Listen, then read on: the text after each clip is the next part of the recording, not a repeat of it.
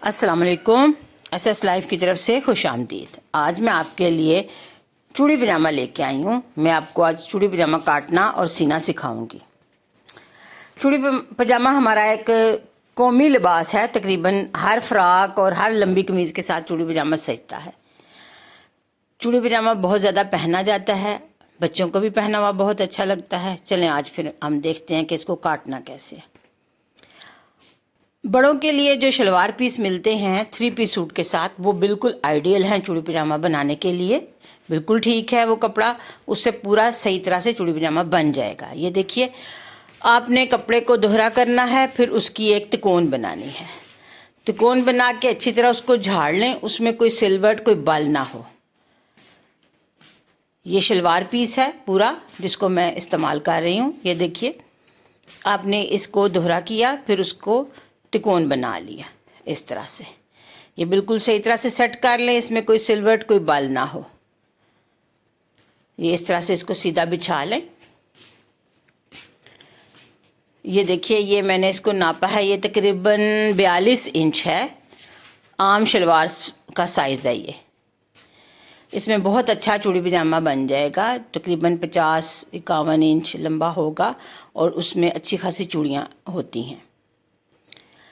ये देखिए, ये जिस ट्राउज़र के नाप का हमने चूड़ी पजामा बनाना है वो हम ट्राउज़र ले लेंगे, उसकी पैमाइश करेंगे आपके सामने।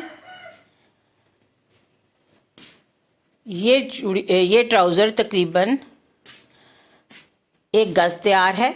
ये देखिए, जब हम इसमें से ट्राउज़र चूड़ी पजामा काटेंगे तो ये ट्राउज़र का नाप है और उसके ऊपर जो फालतू कपड़ा है, समझे कि हमारा चूड़ी पजामा इतना लंबा बनेगा। इसकी लंबाई काटने के लिए सबसे पहले हम 6 इंच बेल्ट का हिसाब रखेंगे। 6 इंच की बेल्ट और नीचे वाला 30 इंच, यानी ये ट्राउज़र 36 इंच तैयार है।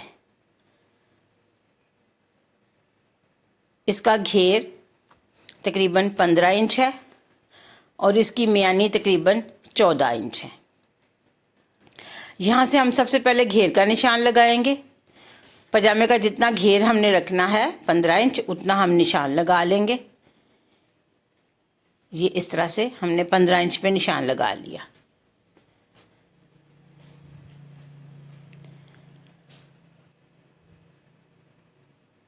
पजामे की जितनी मियानी होती है तकरीबन टांग के आगे उतना कपड़ा होना चाहिए चूड़ियाँ डालने के लिए। यानी चूड़ी पजामा आम ट्राउज़र से उतना लंबा होता है जितनी किसी ट्राउज़र की मियानी होती है। अगर 14 इंच मियानी है तो तकरीबन हमने 5 या 14 इंच लंबा रखना है। 15 इंच भी रख सकते हैं, 14-15 इंच काफ़ी है। पांचे की चौड़ाई 6 इंच है। यहाँ से हमने 6 इंच का निशान लगाया। पांचे के लिए 6 इंच रखा हमने और ऊपर हमने 15 इंच पे निशान लगाया। यहाँ से हम फिर 6 इंच नापेंगे और एक सीधी लाइन लगा देंगे। ये वाला हिस्सा चूड़ियों के लिए है। इससे ऊपर हमने ट्राउज़र की लंबाई लेनी है। यहाँ से हमने ट्राउज़र की लंबाई लेनी है और उसमें से 6 इंच हमने बेल्ट छोड़ देनी है। ये 6 इंच बेल्ट छोड़ के हमने फिर एक निशान लगा दिया। ये चूड़ी पजामे की मौजूदा लंबाई है। ये देखिए इस तरह से। अब यहाँ से हम मियानी का हिसाब रखेंगे। 6 इंच ऊपर बेल्ट है तो बाकी मियानी नीचे बनेगी, यानी 10 इंच हम नीचे हिस्सा रखेंगे। 10 इंच ये वाला हिस्सा है। यहाँ से जब हम ये दोनों लाइनें मिलाते हैं तो ये देखिए थोड़ा सा कपड़ा कम है। यहाँ पे एक नोक की शक्ल में हमारे पास कपड़ा कम है। यहाँ पे हमें जोड़ लगाना पड़ेगा। बाकी इस चूड़ी पजामे में और कोई जोड़ नहीं आएगा, ये बगैर जोड़ के चूड़ी पजामा बनेगा। यहाँ से हमने टांग का निशान लगा दिया। ये देखिए, ट्राउज़र मैं आपको ऊपर रख के दिखाती हूँ। ये ट्राउज़र का घेर और ट्राउज़र की मियानी है। ये बिल्कुल जितना ट्राउज़र का घेर और उसकी मियानी है उतना ही चूड़ी पजामे का घेर और मियानी होगी, सिर्फ उसकी टांग की लंबाई ज़्यादा होगी।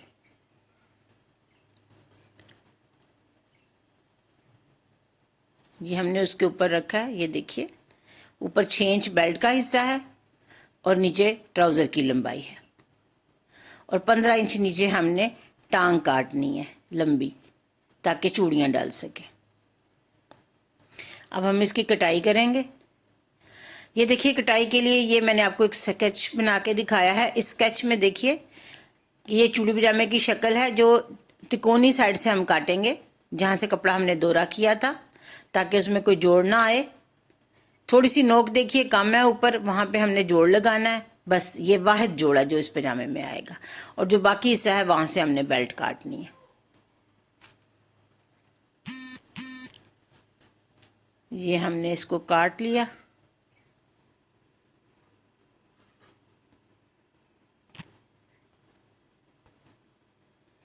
ऊपर से भी इसको इसी तरह से काट देंगे। अब ये जो नोक कम है ये हम ऊपर वाले कपड़े में से काटेंगे। ये देखिए, जो ऊपर से हमने कपड़ा उतारा है उसी में से हम एक नोक काट लेंगे जो बिल्कुल इसके नाप की होगी। ये देखिए, ये इस तरह से हम काट लेंगे। अब ये हमारा कपड़ा यहाँ से पूरा हो गया है। ये वो अकेला जोड़ है जो इस पजामे में आएगा, बाकी सारा पजामा बगैर जोड़ के बनेगा। इसको समोसा कट पजामा भी कहते हैं, क्योंकि इसमें कोई जोड़ नहीं होता। ये हमारी लंबाई है, और ये नीचे वाली चौड़ाई लंबाई जो है वो चूड़ियों के लिए। ये इस तरह से हमारा पजामा तैयार हो जाएगा। ऊपर बेल्ट लगेगी।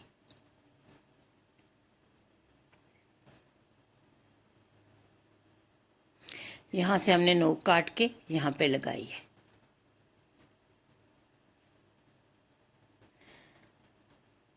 यहाँ पे हम सेंटर का निशान लगा देंगे, ताकि जब हम बेल्ट जोड़ें तो ये दोनों निशान आपस में मिला सकें। यहाँ पे हमने सेंटर पे निशान लगा दिया। अब ये बाकी कपड़ा है, इसमें से बेल्ट काटेंगे। बेल्ट का स्टैंडर्ड साइज़ 9x25 होता है, यानी बेल्ट 9 इंच चौड़ी और 25 इंच लंबी होती है। ये कन्नी वाली साइड से हम काटेंगे इसको, जिस तरफ कन्नी है ये देखिए, वहाँ से हम इसमें ये 9 इंच इसकी चौड़ाई रखेंगे, और लंबाई जो है इसकी वो 25 इंच रखेंगे। छोटे बच्चों के लिए बेल्ट इससे कम भी रख सकते हैं, बड़ों के लिए 25 इंच बेल्ट बिल्कुल ठीक होती है। यहाँ पे हम निशान लगा देंगे और इस बेल्ट को काट लेंगे।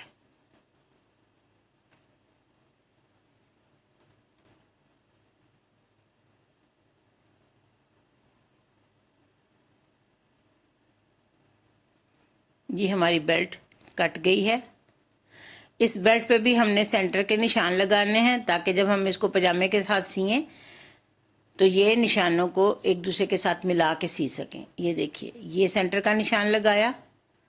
अब इसको दोहरा करेंगे। सिलाई वाली साइड पे 1 इंच का हमने आधा इंच का मार्जिन छोड़ा है, आधा इंच सिलाई के लिए कपड़ा छोड़ दिया है यहाँ पे, बाकी को दोहरा किया है। जहाँ पे ये दोहरी की है वहाँ पे हम फिर सेंटर के निशान लगा देंगे। इस तरह हमारी बेल्ट के 4 हिस्से हो जाएंगे। जिस तरह चूड़ी पजामे के 4 हिस्से बन गए हैं, इसके भी 4 हिस्से बन जाएंगे, और ये चारों हिस्से आपस में एक दूसरे के साथ जुड़ जाएंगे। जब आप पजामे के साथ बेल्ट जोड़ेंगे तो पजामे का सेंटर और बेल्ट का सेंटर साथ जोड़ेंगे, और सिलाई वाला हिस्सा सिलाई वाले हिस्से के साथ जोड़ेंगे। ये देखिए, ये इस तरह से दोहरा करेंगे। ये वाला सेंटर और पजामे का सेंटर आपस में जुड़ जाएगा। बेल्ट का सिलाई वाली साइड जो है वो पजामे की सिलाई वाली साइड के साथ जुड़ेगी। ये देखिए, ये इस तरह से आपने इनको निशान लगा लेने हैं। सबसे पहले हमने नोकें जोड़नी है। अब सीने का मरहला शुरू हो गया है। अब हम चूड़ी पजामा सी रहे हैं, तो सबसे पहले हमने नोकें सीनी है। ये चारों नोकें हम इसके साथ जोड़ देंगे। इस तरह से ये नोकें पजामे के साथ जुड़ जाएंगी। इनको जोड़ लिया। अब हमने इनको इस्त्री कर लिया, अच्छी तरह बिठा दिया है। कपड़े को सीधा करेंगे, बिछाएंगे और इसकी ट्रिमिंग करेंगे। जहाँ से थोड़ा बहुत कपड़ा फालतू है वो हम कपड़ा काट देंगे।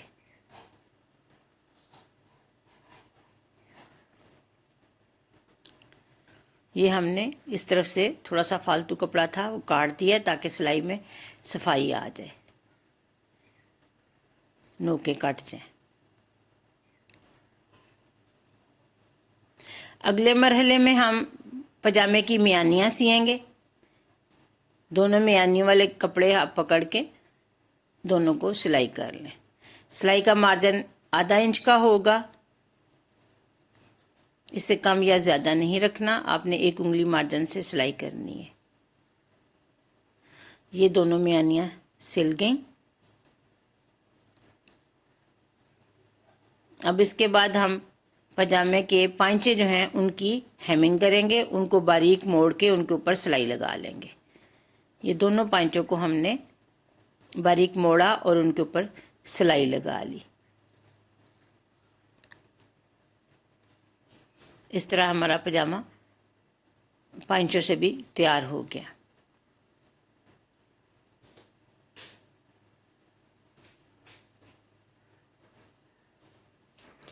अब हम टांग सीधी करके बिछाएंगे। 2 इंच हम बटन के लिए छोड़ देंगे और 2 इंच के ऊपर हम फिटिंग का निशान लगाएंगे। आपने पजामे की टांग जितनी तंग रखनी है उस हिसाब से निशान लगा लें। 15 इंच तक बिल्कुल सीधा निशान लगाएं जो हमने चुंटों के लिए रखा था, और उसके बाद मियानी तक गोल कर दें। पक्का करें, इसको सीधी सिलाई करें। टांग वाले हिस्से में बिल्कुल सीधी सिलाई जाएगी, उसके बाद मियानी तक ये गोल हो जाएगी। इसको आहिस्ता आहिस्ता घुमाते हुए मियानी में ले जाएं। मियानी तक सी के बस कर दें, धागा तोड़ दें और पजामा मशीन से बाहर निकाल लें।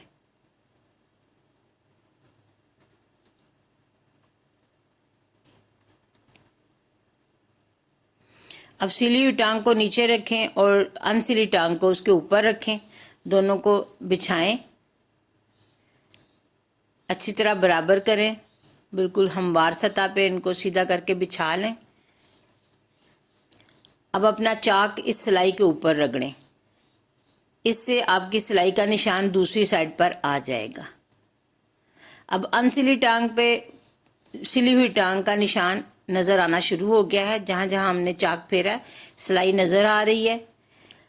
इस निशान लगाने का ये फ़ायदा होगा कि आपकी दोनों टांगों की फिटिंग बिल्कुल बराबर आएगी। जितनी फिटिंग नीचे वाली टांग पे है उतनी ही फिटिंग ऊपर वाली टांग पे आएगी। बस इन्हीं निशानों पे सिलाई कर लें।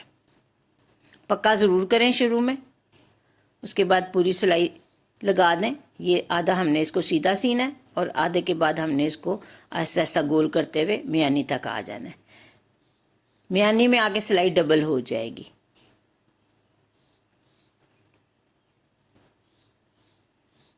ये सिलाई ख़त्म हो गई। ये देखिए, जब हमने एक सिलाई दाएं तरफ से की और एक सिलाई बाएं तरफ से की तो दरमियान में दोनों सिलाइयाँ डबल हो गई हैं और मियानी वाली जगह ज़रा मजबूत हो गई है। अब ये जल्दी नहीं उधड़ेगा। ये नीचे हम बटन टेक बनाएंगे। यहाँ पे 2 इंच जो हमने सिलाई नहीं की थी, कपड़ा छोड़ दिया था थोड़ा सा, तो वहाँ पे हम हेमिंग करेंगे और वहाँ पे टिच बटन लगाएंगे। ये हम दोनों साइडों से मोड़ के सिलाई कर देंगे।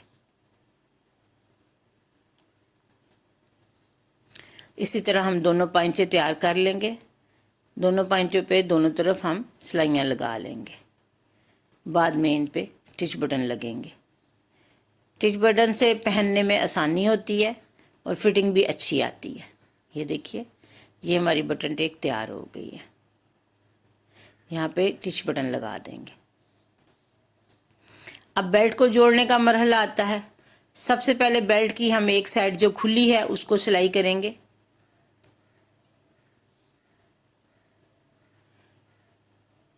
खुली साइड पे हम सिलाई कर देंगे। बाकी बेल्ट पे हम निशान लगा चुके हैं। बेल्ट के हमने 4 हिस्से किए हुए हैं। सिलाई को दरमियान में ले आएंगे ताकि पजामे की सिलाई वाला हिस्सा बिल्कुल इसके सामने आ जाए। अब इस तरह से हम इनको दोनों हिस्सों को पकड़ के पिने लगा देंगे। आपने इस तरह से 4 पिने लगानी है। ये पहली पिन लगाई, ये साइड से पकड़ के दूसरी पिन लगाई। अब ये पीछे वाले सेंटर वाले हिस्से में पजामे और बेल्ट को पकड़ के फिर एक पिन लगा दी। ये 3 पिनें हो गई और ये चौथी पिन हमारी इस साइड पे आ जाएगी। अब बेल्ट को 4 पिनें लग चुकी हैं। अब हम इसको सिलाई कर सकते हैं। बेल्ट को नीचे रखें क्योंकि बेल्ट छोटी है और पजामा बड़ा है, तो पजामे को ऊपर रखें। सिलाई करते हुए आपने बेल्ट वाला कपड़ा नीचे रखना है और पजामे को आपने कहीं कहीं छोटे छोटे प्लेट लगा देने हैं ताकि दोनों इससे बराबर हो जाएं। एक पिन से दूसरी पिन तक सीते हुए जितना कपड़ा फालतू है उसके आप छोटे छोटे प्लेट बना दें। इस तरह से आप एक पिन से दूसरी पिन तक चले जाएं। फिर जो रास्ते में जितना कपड़ा ज़्यादा आता है उसके छोटे छोटे प्लेट बनाते जाएं और पिन उतार दें। इस तरह से चारों हिस्सों पे सिलाई कर लें।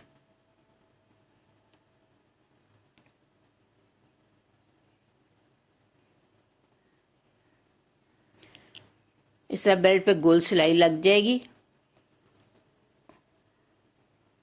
और चारों हिस्से जुड़ जाएंगे।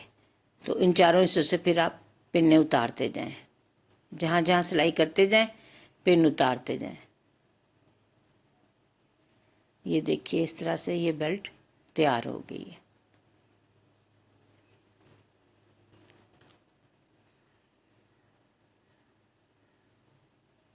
जितना घेर हो उतनी चुनटे होती हैं। अगर ज़्यादा घेर वाला पजामा होगा तो ज़्यादा चुनटे आएंगी, कम घेर वाला पजामा होगा तो कम चुनटे आएंगी। आजकल ज़रा कम घेर पसंद करते हैं, इसलिए इसमें कम चुनटे आएंगी।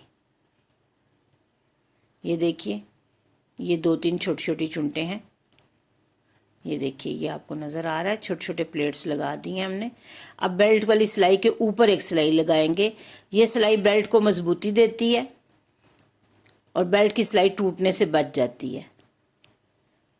उठते बैठते पहनते हुए उतारते हुए सिलाई को खिंच नहीं लगती और सिलाई मजबूत रहती है, इसलिए बेल्ट के ऊपर सिलाई ज़रूर लगानी चाहिए। इस तरह से ये पूरी गोल सिलाई हो जाएगी।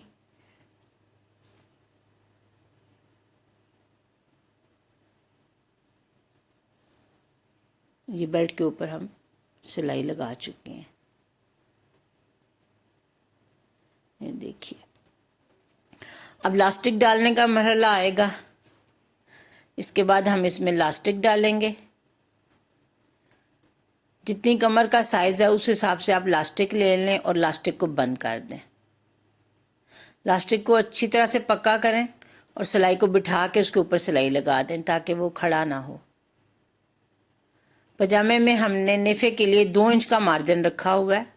अब 2 इंच कपड़ा मोड़ेंगे और लास्टिक को उसके अंदर रख के सी लेंगे। ये कन्नी वाला कपड़ा है इसलिए इसको 2 दफ़ा मोड़ने की ज़रूरत नहीं है, बस एक ही दफ़ा मोड़ना है और ऊपर सिलाई लगा देनी है। ये 2 इंच कपड़ा हम मोड़ते जाएंगे और लास्टिक को अंदर रख के सीते जाएंगे। इस तरह ये पूरी गोल सिलाई हो जाएगी और नेफा तैयार हो जाएगा।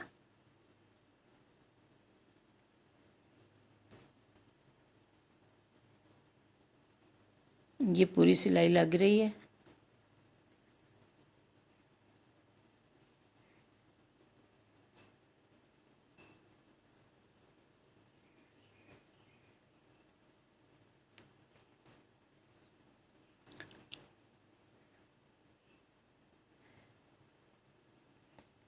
लास्टिक को एक हाथ से अंदर करते जाएं और कपड़ा मोड़ के सिलाई करते जाएं। लास्टिक को खींच के रखें और चुनटों को पीछे करते जाएं। ये देखिए ये हमारा नेफा तैयार हो गया है। अब हमने लास्टिक के ऊपर सिलाई लगानी है। उसके लिए लास्टिक को हम अच्छी तरह स्ट्रेच कर लेते हैं और उसके बाद मशीन में रख के अब उसको हमने थोड़ा थोड़ा स्ट्रेच करना है और सिलाई करते जाना है। आपने सारा एकदम से नहीं खींचना, थोड़ा थोड़ा हिस्सा खींचना है और उसके ऊपर सिलाई करनी है।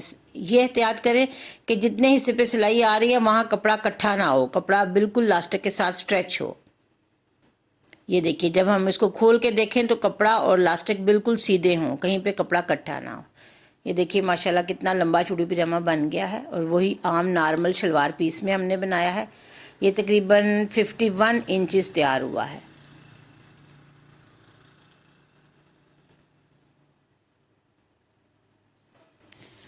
उम्मीद है आपको चूड़ी पजामा काटना और बनाना समझ आ गया होगा। अल्लाह हाफिज़।